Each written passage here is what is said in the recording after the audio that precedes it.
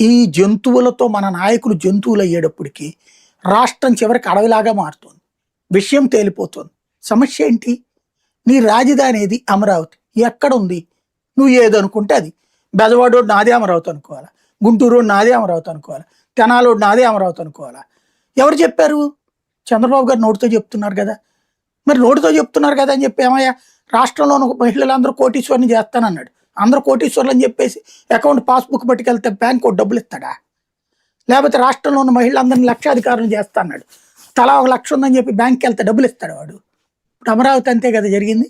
అమరావతి పేరు రాస్తారట, ఆ తర్వాత అమరావతి డిసైడ్ చేస్తారట. ఏంది ఇది? ఎక్కడికి పోతున్నాం మనం?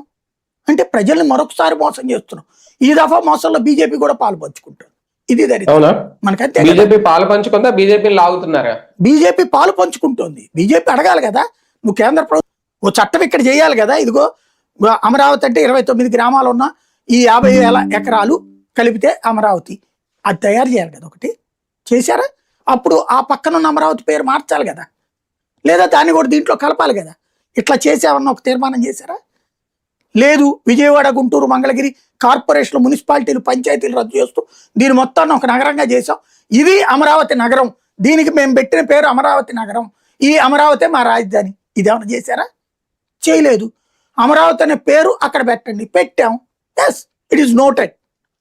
కోర్టులో నోట్ చేసుకున్నామని చెప్తారు చూడండి, అట్లా ఇది అంతే. నోటెడ్ అంతే.